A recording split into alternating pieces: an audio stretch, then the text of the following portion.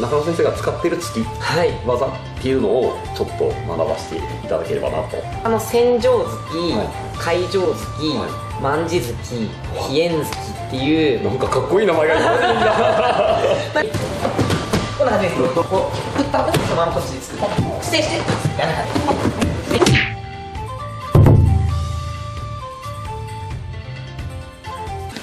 こんにちは、空手家工芸です。今回も帯同世界大会4連覇、帯同会5連館館長中野哲司先生とお届けします。本日はよろしくお願いします。よろしくお願いします。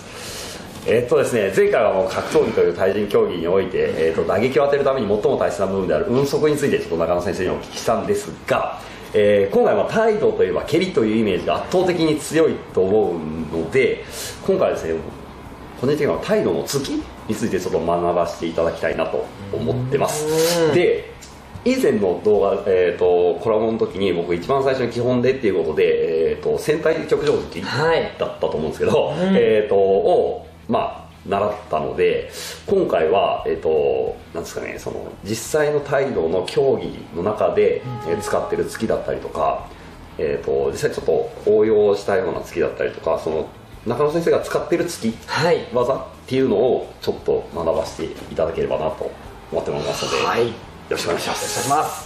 ですね、試合で使う突きといえば、僕は千畳突き、海上突き、万字突き、飛燕突きっていうなんかかっこいい名前がいっぱいあるんだ。でも万字切りの後につくから万字突きで、千畳切りのままつくから千畳突きでみたいな感じになっちゃうんですけど、飛び線突きっていうのも使いますね。帯同って受けちゃダメっていうなんか特殊ルールがあるので、中段回し切りもしゃがんで避けなきゃいけないんですね。で避けた相手にそのまま打つ、もしくはなんですかね、蹴り技を打つと見せかけてそのまま突きに行くっていう感じになってますね。これは実際に技を見せていただいた方がいいかもしれない。それがいいと思いますね。なんかさっき必殺技みたいな名前がたくさん並んでたんで、中二病をくすぐる言葉が並びますね。そうなんですよ。じゃあちょっと技としてどういうふうにするといいですかね。しゃがむところに打つ技なんですけど、ちょっと最初からでやってみますね。じゃあこの辺に、このちょうど丸があるので、この辺に相手がいて、相手が攻撃が来た時にパッと避けた後にそのまま打ち返してくるんですね。最後で打ち返してくる、もしくはこのしゃがむモーションからそのカウンターが来るっていうのがあるんですけども、それをされる前に打つイメージですね。もしくはこういうカウンターが来るんだったらそれを避けながらやるっていう感じですね。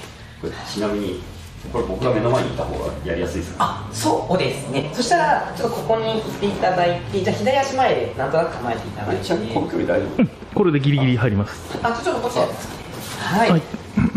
で、じゃあ私右足で蹴るので、ちょっとなんとなくイメージしゃがんでおけてください。そうですね。結構しゃがまなきゃいけないですね。大体みんなこう構えてないとしゃがめないですか？で、高いと僕が高く蹴ると簡単に起きないので、みんな帯ギリギリになります。で、帯まで OK なんですよ。なのでみんなこの辺でやってるので、これを避けます。ほぼ地面にピタッといかないと無理です。そうなんです。なので本当に帯同は手を地面につくのにすごい慣れてる武道なので、そういう意味ではそこが面白いかなと思いますね。ちょっとじゃあもうちょっと早くいきますね。そうですね、ありがとうございます。で、この時に見てます。じゃあちょっと次早くいきますけど、このぐらいでいい感じで、すごくいいですね。で、この位置から帯同とエビ蹴りとか戦場が来るので、なるべくちょっと角度をずらしながら次に展開しますね。じゃあそのままいわゆる海上突きっていう海上蹴りからの突きをやってみたいと思います。じゃあ避けてください。こんな感じです。こんな感じです。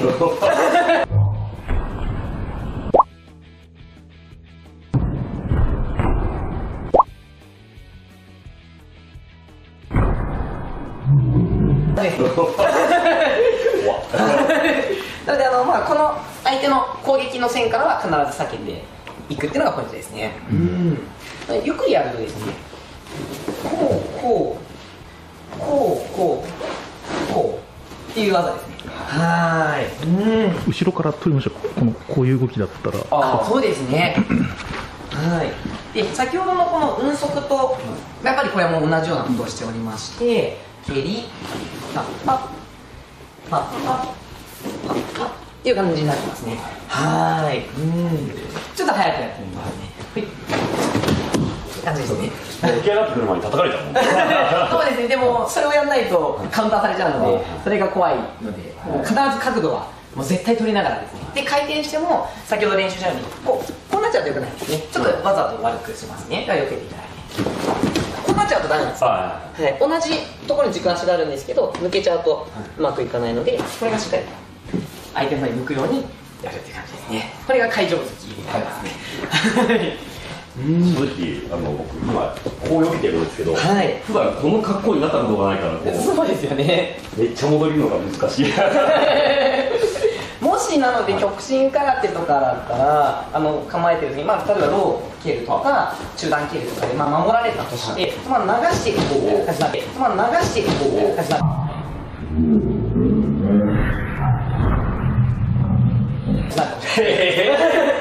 初めて見た景色。ちょ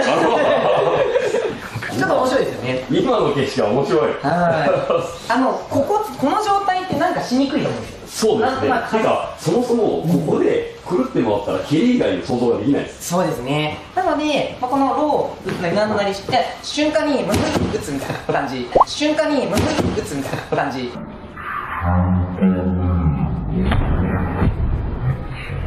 感じですかね。へで、この位置ってエビ蹴り打てるんですよ。はい、ちょうどの場所になるので、その位置に立つ感じですね。はい、戦場でも蹴り技がいけるので、これがこうなっちゃうとそうはならないですね。普通に歩いてる格好になりたいですね。はい、全部がちゃんと前にというか。はい、これ中野先生だったら風光ルールで使える気がする。であと例えば今のは回って突きを打ったんですけど、こう抜いて回ったんですけど、これ別に半周でもいいわけですよね。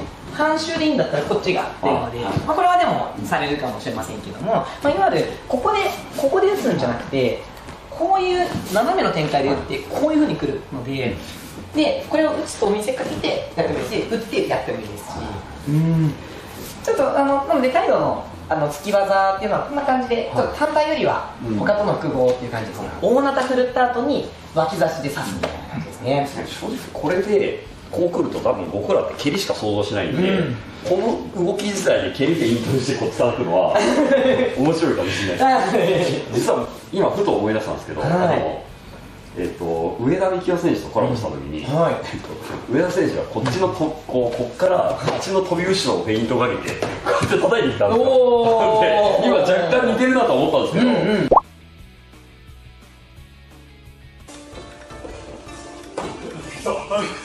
もうここはあまりのことに思わず声出して笑ってびっくりしたって言っちゃってますね。ここで上田選手の縦蹴りをかわしたら、今度はそれを餌に逆の上段をフェイントにした飛び後ろ蹴りかと思いきや、それさえフェイントにしてまさかの下突き。もう見たことも考えたこともない技の展開が楽しすぎて思わず声出しちゃいました。ちゃんとした技術として最近化されるんだっていうのが。ちなみに今の上田幹夫選手の技もあります。そうなんですね。飛び線突きって言うんですけど、それがしっかりこうなんですかね、この形でもいいですかね。我々は胴を狙うんですけども、例えば顔でもいいんですけど、しっかりこう打った後にそのままこっちで作っていうのもありますね。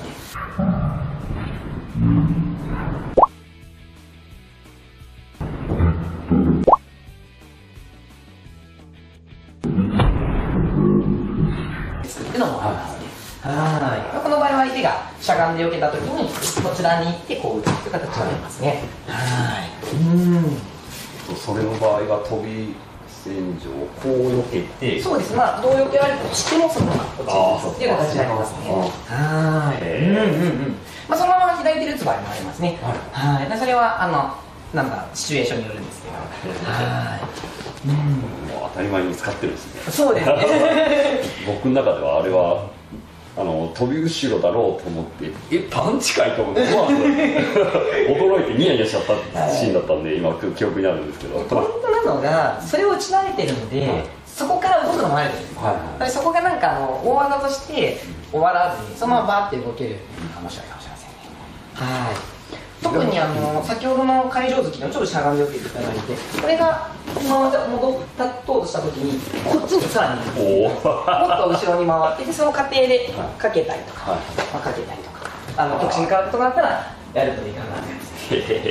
こっちにこの相手がこう向き直るまでにいろいろやってどんどん後ろに入ってくるのがいいですね。またこれが早いんですよね。そうですね。まあそれはそうですよね。もうやたらに早いってそれは僕らの感覚だからですもんね。態度の人はいつもこの動きされてます、そうですね。私たちからすると極真空手はやたらと痛い。確かに僕も痛いの嫌いなんであれ。話が脱線しちゃった。で、あと、ごめん、全然僕名前を覚えれてないんですけど、ですね、今紹介したのが海上月と飛び線月なんですけど、万字月ですね。万字月はさっきの海上月ほぼ一緒です。避けていただいて、このまま横に取るよっていうのと何も変わらない感じですね。なので、この位置からちょっと避けていただいて、で、そのまま入るという形ですね。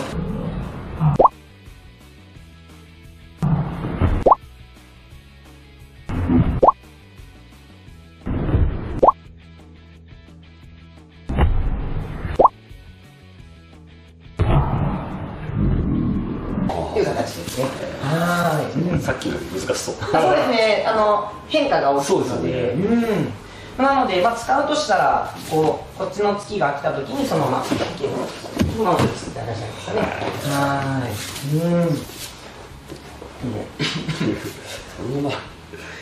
かね。パンチに対してカウンターでしゃがんで切れを打つっていう発想がすごいですよね。そうですね。やっぱりこうやっていっちゃうとやっぱ危ないので、必ず右手でカバーしながらですね。確かにこっち避けられた瞬間だったらそうか、すぐ来ないんですか。もうこういう感じで、もう寄っかかる感じで打つので、もうこういう感じで。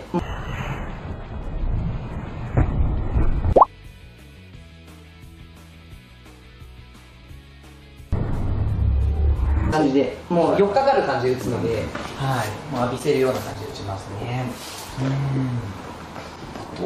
何でしたっけ。あとは千畳月。千畳月はもう本当にそのまま千畳切りを打って、そのまま打つという形になりますかね。基本的に相手がこう避ける、しゃがんで避けて戻るときのカウンター。そうですね。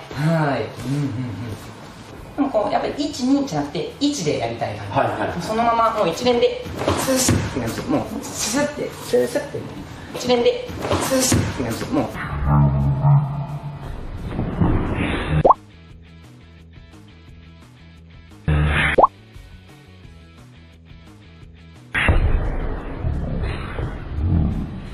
スーってスースッってなるべくこう一連でこうみたいにならないようにしたい感じですね。でもそれは空手の技とかでもよく技を最初覚えるときは1、2、3って分けて、動作としては覚えていくんですけど、その頭の中で1、2、3っていっちゃうと動作が分かれちゃうんで、ちょっとずつその1、2で2つをやったりとか、1で2つの動作して3の動作をで1、2で終わらせたりとか、最終的にこれが1で終わるようにっていう感じで、頭の中で数を数える数え方を変えるっていうのは道場生にさせていただきます。まさに素晴らしいと思うんですけど、拍を減らしていくというか、私は表紙って呼んでるんですけど、なんでこう12とか1234っていうのを1で打ちたいという感じですね。そうですね。なのでこのそうなんですよね。頭の中で123っていうとどうしても動作が123に入ってこないですよね。拍取っちゃいますからね。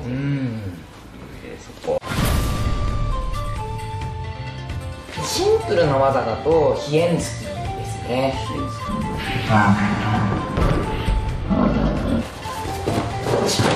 それです。なので、間に避けて入るときに入ったらもう最高ですね。こうドーンって入ったらもう最高です。今回お届けするのは、避けられない攻撃を出すための間合い操作術です。僕の空手の技術の一翼を担う本当に超大切な技術で、概念自体はものすごい単純なもので、知ってしまえば正直そんなことなんですけど、僕にとっての秘伝と言ってもいいレベルの技術なので、要点などについて、絶対に